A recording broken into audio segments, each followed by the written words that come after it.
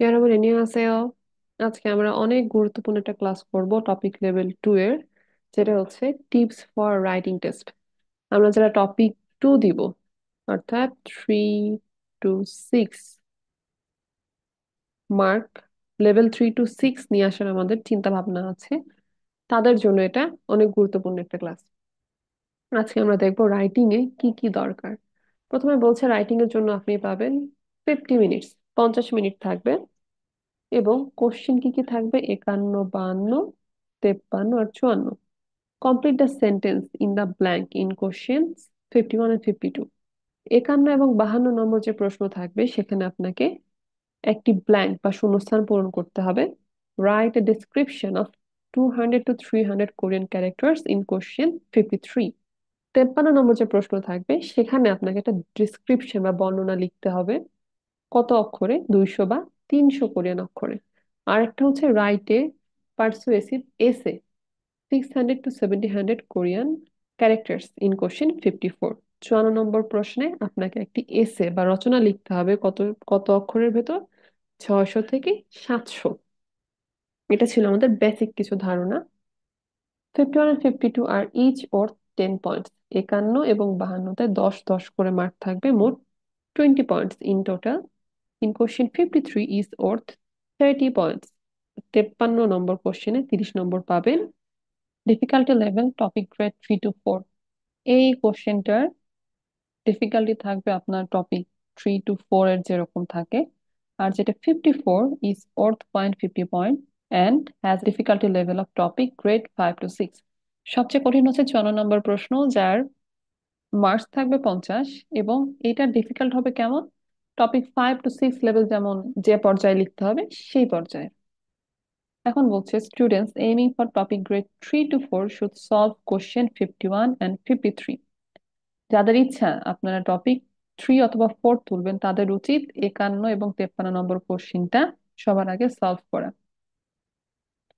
এবং তার পাশাপাশি অ্যাডিশনাল স্কোরের জন্য 54টাও আপনারা রাখতে পারেন। এখন আসি কোশ্চেন 51 এবং 52 কি নিয়ে। এখানে you should use proper grammar. এখানে শূন্যস্থান থাকবে এবং আপনাকে শূন্যস্থান পূরণ করার জন্য প্রপার গ্রামার লাগবে। Grammar plus vocabulary. যাদের মনে হয় যে গ্রামার পারছেন না, গ্রামার কঠিন, বুঝি না, topic is not for you. Because টপিকের একটা বৃহৎ অংশ গ্রামারের সাথে জড়িত। গ্রামার যেমন গুরুত্বপূর্ণ, ভোক্যাবস ঠিক তেমনই গুরুত্বপূর্ণ। এন্ড গ্রামার অনেক ইজি। আপনার যদি একজন ভালো মেন্টর থাকে, গ্রামার খুব সহজেই বুঝতে পারবেন। 53 যেটা, write a description by using of the provided data. একটা ছবি দেওয়া থাকবে চার্টের মতো, বা গ্রাফ দেওয়া থাকবে, সেই গ্রাফটা দেখে আপনাকে ডিসক্রিপশন বা বর্ণনা লিখতে হবে। এখানে কিছু ডিফিকাল্ট ভোকাবুলারি ইউজ করতে হবে, but you will able to get a high score if you analyze the previous data well and describe them in order as if you solve a math problem। আপনি 53 নম্বরে অনেক 53 নম্বরে খুব ভালো একটা marks তুলতে পারবেন যদি এর আগের যে কোশ্চেন গুলো আসছে সেগুলো সলভ করেন। এখানে ম্যাথের মতো নাম্বার তোলা সম্ভব। Therefore, you need to get familiar with the expressions used in each type of article and then write down the answer as quickly as possible। যার কারণে আপনাকে যেসব এক্সপ্রেশন গুলো আছে সেগুলো ইউজ করতে হবে এবং খুবই দ্রুত আর্টিকেলটা লিখতে হবে। আমরা এটা নিয়ে আলোচনা করব নেক্সট ক্লাসে। তারপর বলছে it is recommended to solve question 53 first. যেহেতু 53 নম্বর কোশ্চেনে মার্কস বেশি এবং খুব সহজেই লেখা যায়, একটু জাস্ট কয়েকটা ডাটা থাকলে আপনি লিখতে পারবেন, সেহেতু এই নম্বরটা আগে করবেন। Then 51 and 52। You should solve question in the order of 53, then 51, then 52, then 54।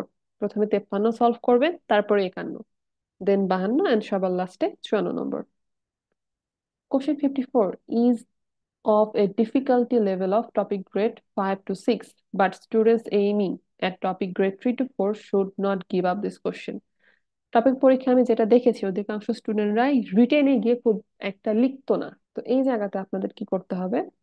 অবশ্যই লেভেল 3 to 4 যাই চান না কেন, আপনাকে এই কোশ্চেনটা টাচ করতে হবে। It's harder to get a high score, if possible, to get some scores. So write the answer by using the vocabulary and grammar on your level. আপনার গ্রামারের যে লেভেল আছে বা আপনার ভোক্যাবস যে লেভেল আছে সেই লেভেল অনুযায়ী কি কি প্রশ্ন করেছে তার সামান্য হলে উত্তর দিয়ে আসুন, বিকজ সেখান থেকে একটু হলেও আপনাকে নাম্বার দিবে। তারপর বলছে students aiming at topic grade level 5 to 6 should definitely solve the question 54 well. যাদের ইচ্ছা 5 অথবা 6 তোলা তারা অবশ্যই অবশ্যই 54 নম্বর কোশ্চেনটা খুব ভালোভাবে সলভ করবেন। এবং এখানে কি কি দরকার, high level vocabulary and grammar and in a structure of introduction, main body, conclusion. এবং সে জায়গায় আপনি বেশ ভালো লেভেলের ভোকাবস ইউজ করবেন, গ্রামার ইউজ করবেন, লাইক ডিফিকাল্ট লেভেলের। এবং এসব জায়গাতে আপনি স্ট্রাকচারটা এভাবে লিখবেন, প্রথমে একটা ইন্ট্রোডাকশন থাকবে, তারপর মেইন বডি, দেন কনক্লুশন। তারপর আসছে handwriting and style of writing. কিভাবে আপনি লিখবেন? Making a good first impression is important in writing. আপনার লেখায় প্রথমে একটা ভালো ইমপ্রেশন ফেলতে হবে। No matter how good your writing is, you won't be able to get a high score if the examiner can not read your handwriting. আপনার grammar অনেক ভালো, ভোক্যাবস অনেক ভালো, লিখেছেনও অনেক ভালো, কিন্তু আপনার হাতের লেখা ভালো না, তাহলে কিন্তু ভালো মার্কস তুলতে পারবেন না। It means you need to write your answer neatly. অর্থাৎ আপনাকে পরিষ্কার করে সুন্দর করে লিখতে হবে, এমন না যে টাইপিং এর মতো সুন্দর করে লিখবো, নো, বোঝা যায় এমন কিন্তু পরিষ্কার হতে হবে। As for the writing style, closing expression, you should follow the style of writing presented in each question to close your sentence. আচ্ছা, এখানে বলছে যে কোশ্চেন আপনাকে যেভাবে চেয়েছে আপনার লেখাটা সেভাবে শেষ করতে হবে। You should write in formal Korean language, and as for question 51 and 52, you need to check the preceding and following sentences of the blank and use the same style of writing. এখানে কি বলছে, যদি কোশ্চেনে আয় অয় দিয়ে থাকে আপনাকে অ্যান্সারটাও আয় অয় দিয়ে করতে হবে, আর যদি কোশ্চেনে সুমিদা, সুমনিকা ইত্যাদি থাকে আপনাকেও সুমিদা সুমনিকা ইউজ করতে হবে। আর বলছে যে question 53 and 54 you should make sure to use noun অথবা নিন্দা ইন দ্য ক্লোজিং সেন্টেন্স। 53 আর 54 জন্য আমরা কখনোই আয় অয় বা সুমিদা ইউজ করতে পারবো না, এখানে কি নিন্দা ইউজ করতে হবে। যেমন হাদা, হাদা থেকে হামনিদা বা হেয় হয়। 53 54 নম্বর কোশ্চেন আপনাকে হেত্তা বা এই ধরনের এক্সপ্রেশন গুলো ইউজ করতে হবে। আরেকটা কথা বলছে যে কারেক্ট স্পেলিং ইজ এসেনশিয়াল। আপনার বানান ঠিক থাকতে হবে। You should spell each Korean word correctly. আপনার যদি বানান ভুল হয় আপনি কিন্তু কোনো মার্কস পাবেন না। Writing in spoken language will result in losing point. আচ্ছা, স্পোকেন ল্যাঙ্গুয়েজ কি? যেমন ধরেন কিছু কিছু এক্সপ্রেশন আছে যেগুলো আমরা শুধুমাত্র স্পিকিং এর ক্ষেত্রে ইউজ করে থাকি। আপনি যদি রিটেনে সেসব ইউজ করেন তাহলে কিন্তু ভালো মার্কস তুলতে পারবেন না। এরপর বলছে using the appropriate level of vocabulary and grammar. সঠিক ভোক্যাব এবং গ্রামার ইউজ করার কথা বলছে। Use vocabulary and grammar of topic grade 3 to 4 level for question 51 and 53। 51 এবং 53 জন্য আপনার গ্রামার বা ভোকাব লেভেলটা 3 to 4 লেভেলে থাকলেই হচ্ছে। এবং যখন 5 to 6 লেভেলের জন্য অথবা যখন 54 নম্বর কোশ্চেনে যাবেন আপনাকে অবশ্যই 5 to 6 লেভেলের vocabs and grammar ইউজ করতে হবে।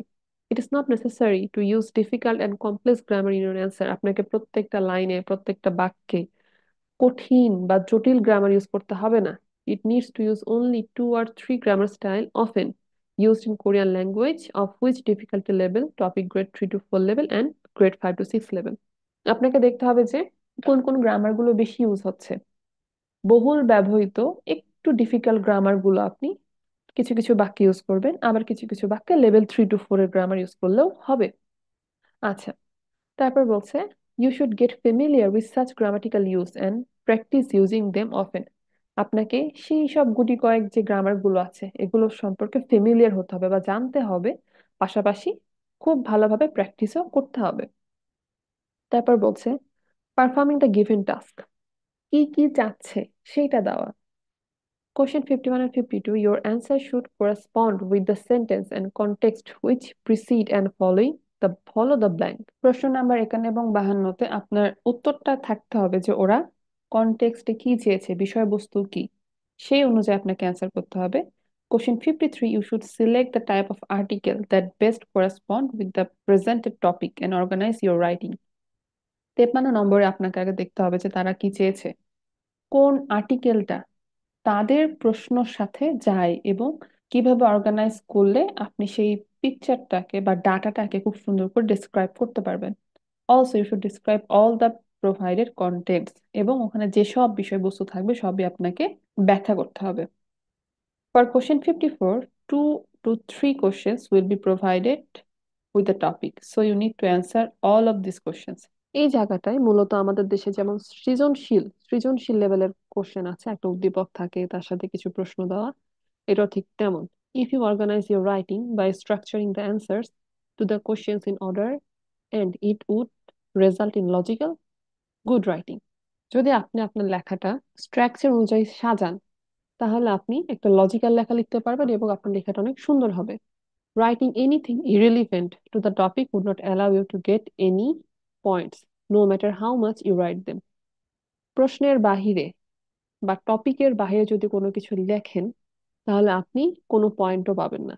অন দ্য কন্ট্রারি, বিপরীতভাবে, it may leave a bad impression as it breaks the structure of writing. এটা একটি ব্যাড ইমপ্রেশন ফেলবে পাঠকের ওপর, যেহেতু আপনি স্ট্রাকচারটা ব্রেক করেছেন। Do not write anything irrelevant, অপ্রাসঙ্গিক কোনো কিছুই লেখা যাবে না। আবার writing negatively on Korea or against common sense can also leave a bad impression.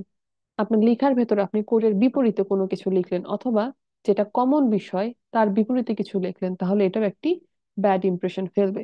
No matter how clear your point of view is, do not write anything against general common sense. আপনার point যতই সুন্দর এবং পরিষ্কার থাকুক না কেন, অবশ্যই এইসব জেনারেল বিষয়ের বিরুদ্ধে কোনো কিছু লেখা যাবে না। তো মূলত এই কয়টাই ছিল আমাদের টপিক লেভেল 2 এর রাইটিং কোশ্চেন।